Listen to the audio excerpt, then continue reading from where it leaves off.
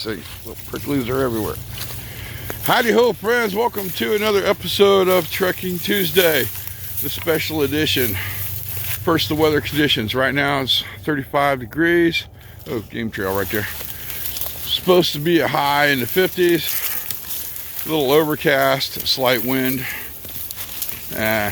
No potential of rain, hopefully. Being out here in the rain would be a bad thing. What are we doing? Gonna grab this game trail, that's what we're doing. After 4 years, oh, look at that. That's a massive deer lay. After 4 years, we're going to attempt to hike back into the winter camp. Now, it's only a mile, 0.2 from where I parked the Mountaineer, but getting to it is not easy because we got to do this the whole way. Backstory. Oh, many years ago, a tornado ripped through here, and we'll be getting into that over there. Took out a bunch of trees, so this should be a fun journey. But 4 years, I'm hoping it's still there, because if you recall, last year we had them nasty floods, and this whole area here was under freaking water. Whew. Okay, I lost. It goes this. Yeah, let's go this way. Or go this way. Okay, we can do this. Anyway, I'm taking a shortcut, or trying to. Now, to help me find the winter camp, because doing it by memory is just not going to work. This whole area has been changed. It doesn't even look the same. We're going to be using, what's going on here? The GPS that Carl gifted us to find the winter camp, hopefully. And I'm going to have to recalibrate real quick. There we are. We've made our turn. Oh, there we are right there. And I put in, it's kind of hard to do without glasses. I put in pins where we need to turn. There we go. You see all the pins, and then where the winter camp is. So it's right there. All right, we're going to put you away and play with it later when I find my glasses. Right now, the main goal is to put this thing in saver mode. There we go. Is to get out of this mess, which I call the shortcut. There should be a field at the end of this somewhere. We've now come to, I guess you could call it a clearing. There's no trees. But we need to make it down to that tree line and hike through all this crap. And I'm not seeing a good game trail to take. I think we'll try to follow this. Oh, I can feel the ground crunching underneath me. We might take the long way out of here. This is not good.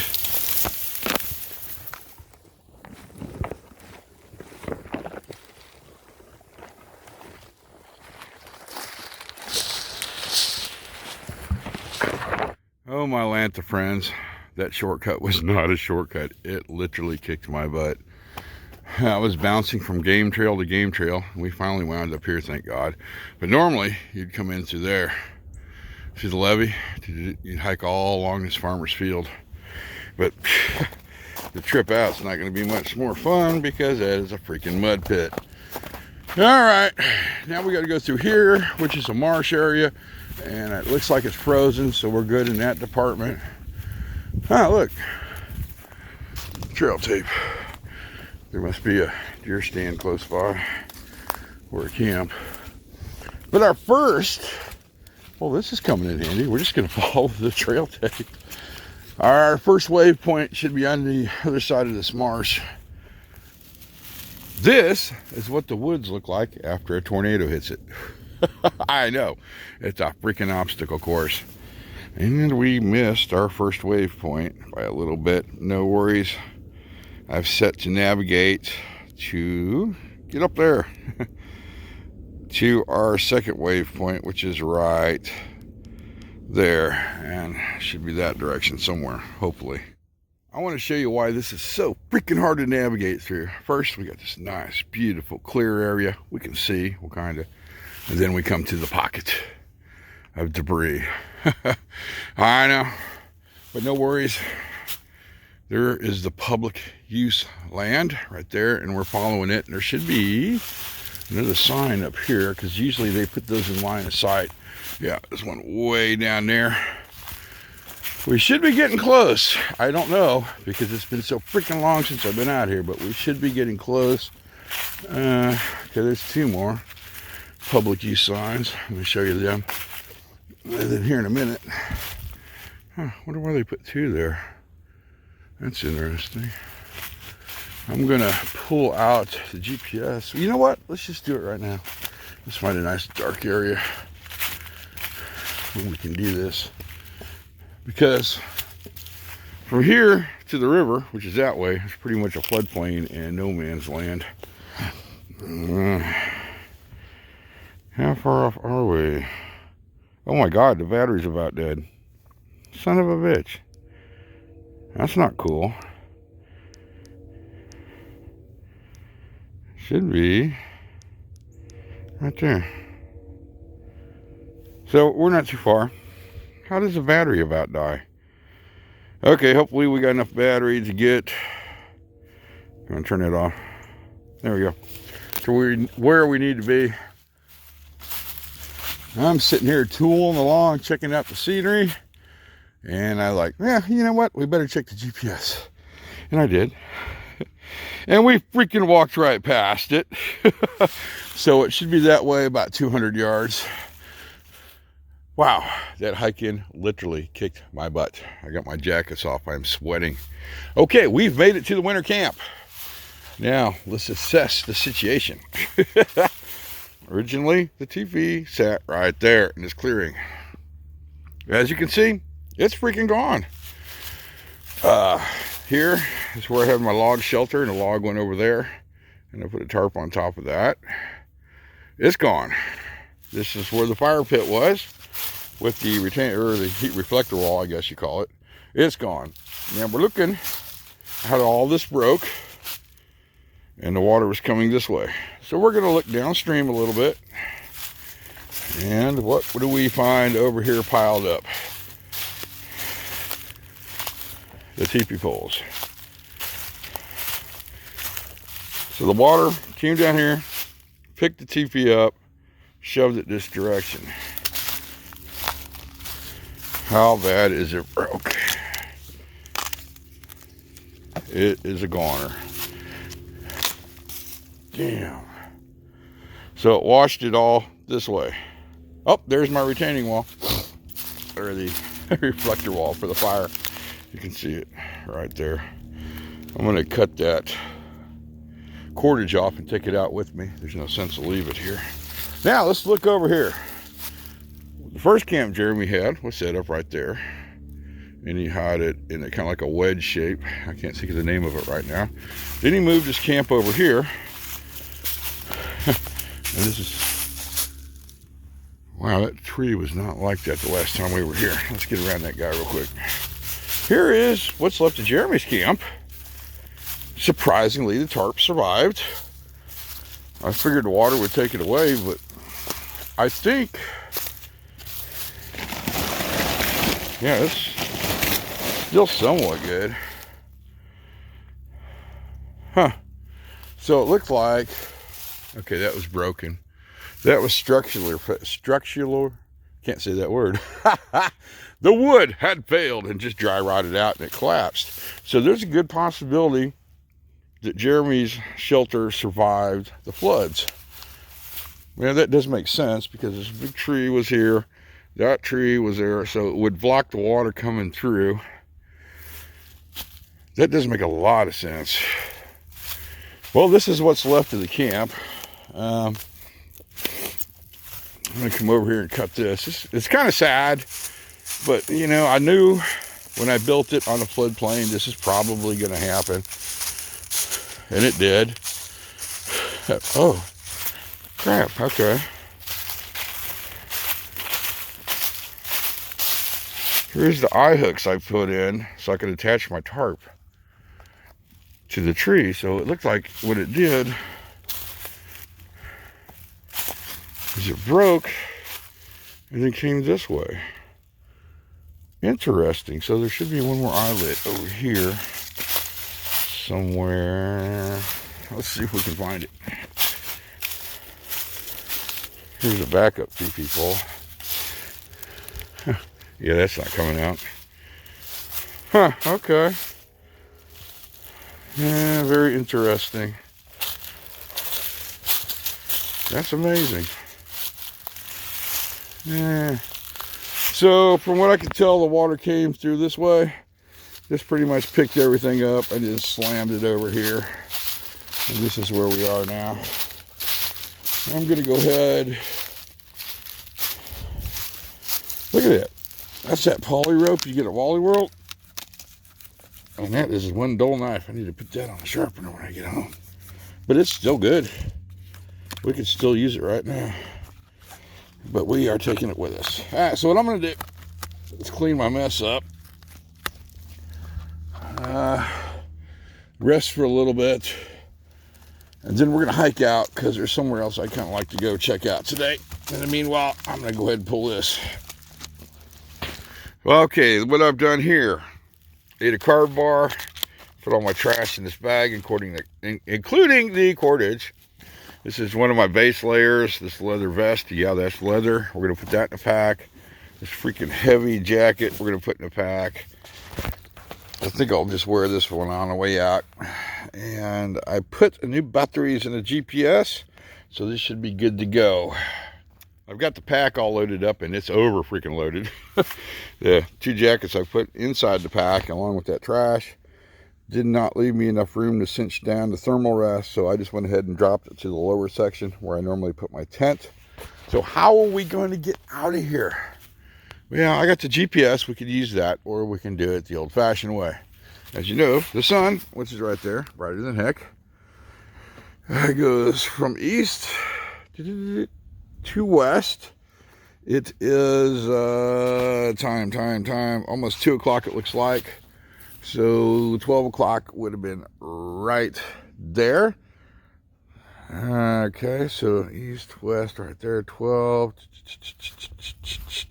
So north, south,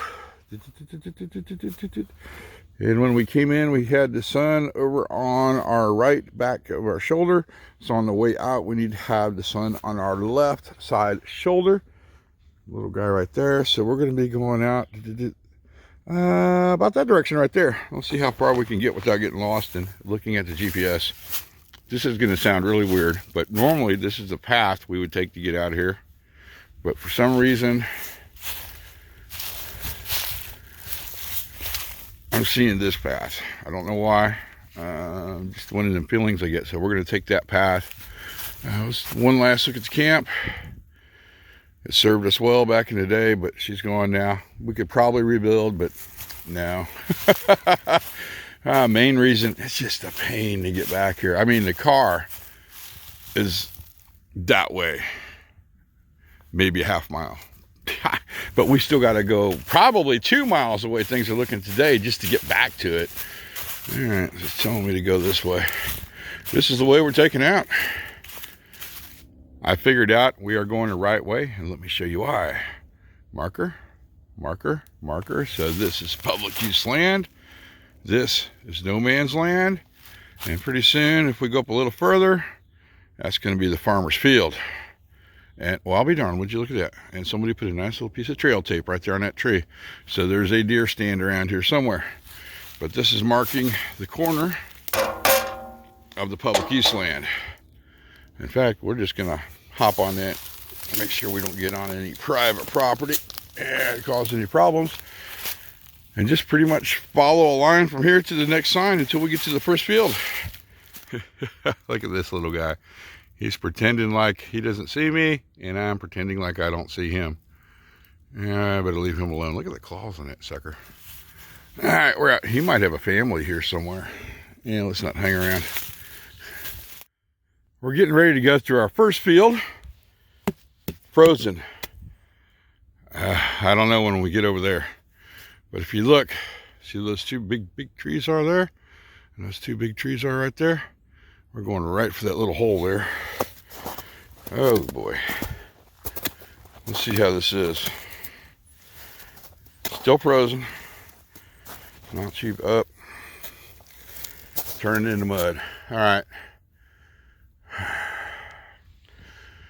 And we might go that way and skirt around.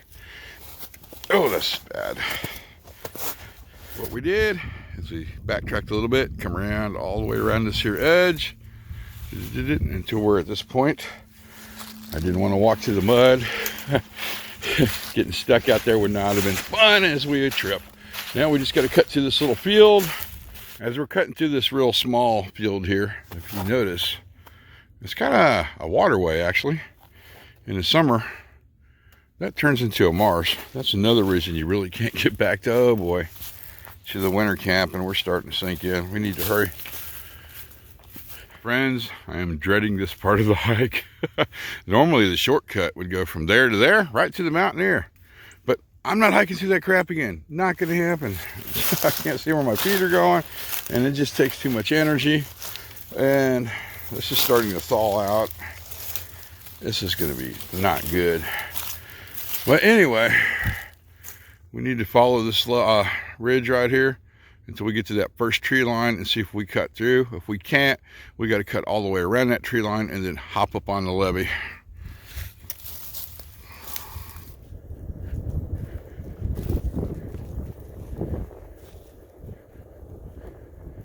We came from down there and now we're here. Normally in this situation I would hike up and around and up to the levee, but I see the game trail. It goes through the trees. The mountaineer's right freaking there. Oh, maybe it'll clear out when we get into the tree line. What the heck? Let's go for it, friends.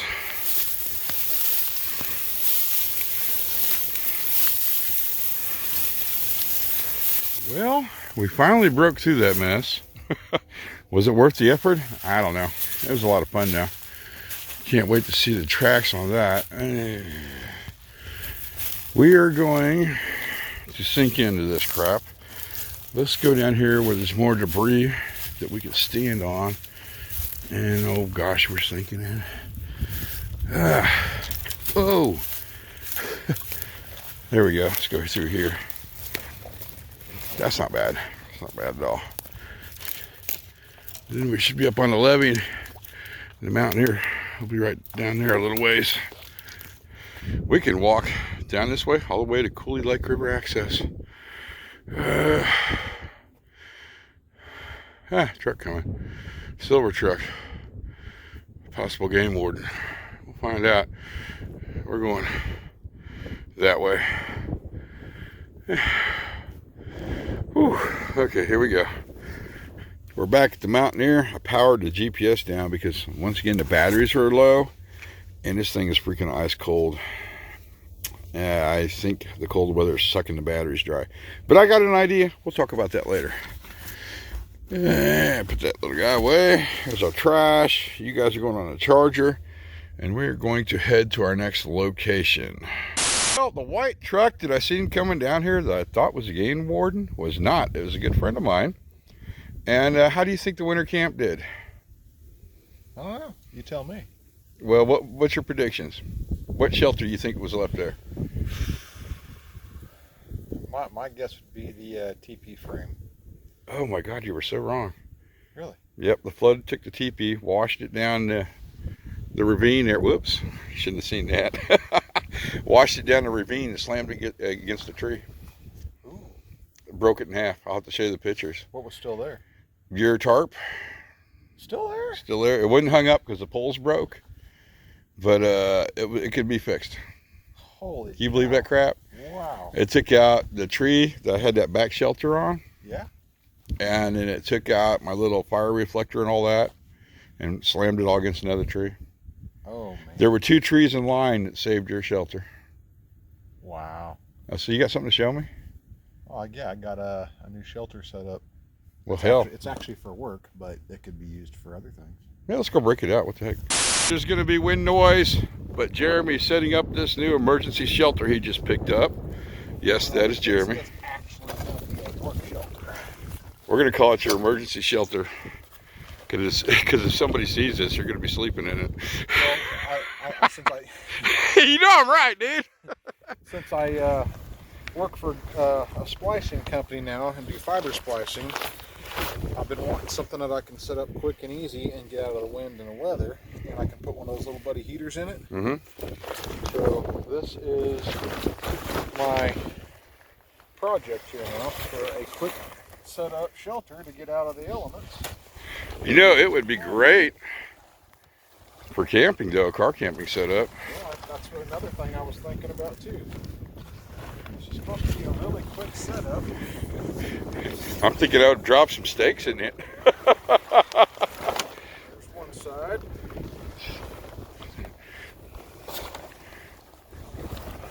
Oh my God, I'm getting into shadows and everything. This is my first time setting this one up. You're doing better than me. I would have went and watched a YouTube video. Alright, here's... Hang on, let me get over here and hold it down. Just trying to get away from you. There, got it? It's two. Okay.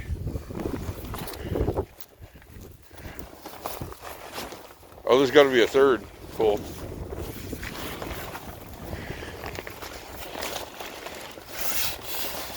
I think it's... Oh, wow! There we go. Okay, there's one over here too. Also, that one that I popped up was actually the roof. Yeah. There we go. Holy crud. Oh, one over here. Yeah. Alright. Wow. I think I would get a couple steaks. Yeah. That's pretty freaking cool, dude. You got some steaks?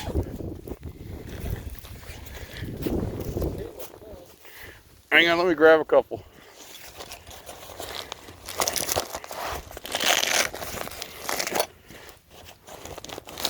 Oh God, you can tell. Oh wow.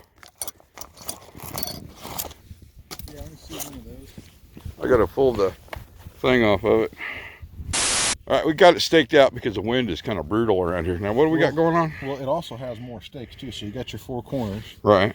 okay, but you also have these on all four walls, so you could actually Tie it set up out. these with guide wires. This is an ice fishing house or shelter, and it's the 80-inch tall one. Damn. So, and I'll give you an idea of what this is going to be used for me, is I'll be able to come inside. Oh my God, dude. See, it's got vents and everything, windows, but I'll be able to set up my splicing table. Is that a stove, Jack? No, these are windows. Oh.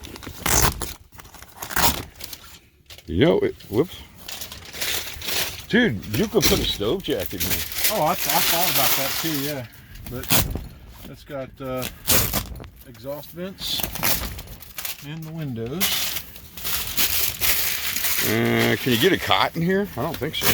I think you could, but Maybe a tight fit. caddy corner it. God, I love the smell of new tents. But if you think about it, I'll have my splice table, my splicer set up, my fiber lines coming in, and I'm going to get one of those little heater buddies, which is supposed to be coming in tomorrow, I believe. Did you get the big buddy or the little buddy? The little buddy. Yeah, that'll be plenty for in here. You put a light up there. Oh yeah, I'm going to hang lighting in here. I'm going to get one of those little battery power packs. Yeah. And I'm going to do some hang up some lighting in here that I can just plug it right in and probably stuff it in like a pocket or something like that, like a battery pack, and then my lighting will hang. And I'll be able to have an indoor heated shelter for splicing in.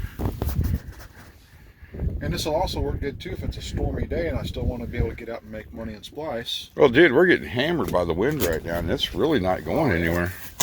Yeah. Let me go ahead and put up on Yeah. the doors here real quick. It's nice and dark in here, too. Do they make these in a bigger size? Yeah, this is the 3-man. They make a 4 and 5 person one too. Really? And I've seen on the YouTube videos where guys have actually put the smokestacks on them. You could put a stove jack in here. Yeah. Oh, this thing's getting dark, dude. Oh yeah, it does dark. Oh my God. It's like pitch black now. Wow. Dude, where are you? Hey, let's get this. Let's get some light on here. I thought I heard banjos for a minute. It's already getting warm in here.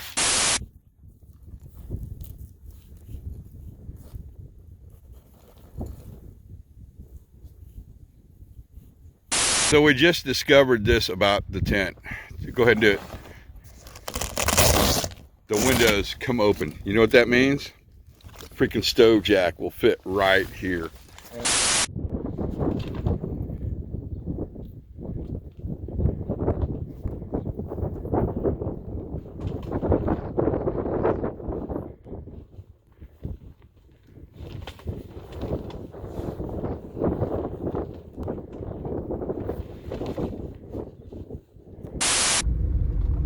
Well, friends, I kind of ran out of time today. Jeremy and we don't get to see each other that much anymore because of our work schedules. We're down there for at least 2+ hours talking. And it's now about 5 o'clock, which means I'm not going to get to do my other project. No worries. What I was going to do is go down to Camp Lazy Log, probably start a fire and heat up some summer sausage, which would have been really good, and maybe do a hyperlapse of the sun setting. But obviously we're not going to make it there in time to get this done, and of course I would be late getting home, and well, we don't want that to happen either. So it looks like we're going to go ahead and wrap this video up. Quick recap: we made it to the winter camp the hard way. I can't wait to see the GPX file on that one, and discovered, well, there's not much left of it, which is fine because I knew that was going to happen eventually. Well, friends, comers to the welcome, or bye-bye as I stutter. Look at the size of that bird. Look at that guy. Go, bird. You can't see him, can you? Okay, got sidetracked. Where was I? Oh, yeah. We'll try not to stutter. Oh, he's crossing the road. Look at him. Cool. Anyway, comments are always welcome. Heads up, it will take me a little time to answer them. Like always, friends, thanks for watching.